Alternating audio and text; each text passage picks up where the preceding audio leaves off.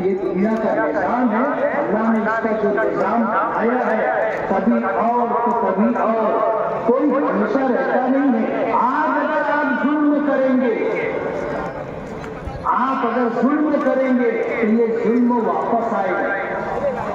बहुत पुरानी कहावत है कि इस हाथ से दे, इस हाथ से ले। आप जैसा करोगे वैसा आपको भरना पड़ेगा। इसलिए आप थोड़ा अपने गिरबान में सर डाल करके देखिए और राजधर्म निभाइए, राजधर्म निभाइए। नफरत का चश्मा आईना उतार दीजिए, दुश्मनी और इंतकामी कार्रवाई का चश्मा उतार दीजिए। हिंदुस्तान में रहने वाले हर हिंदुस्तानी को उसका हक मिलना चाहिए।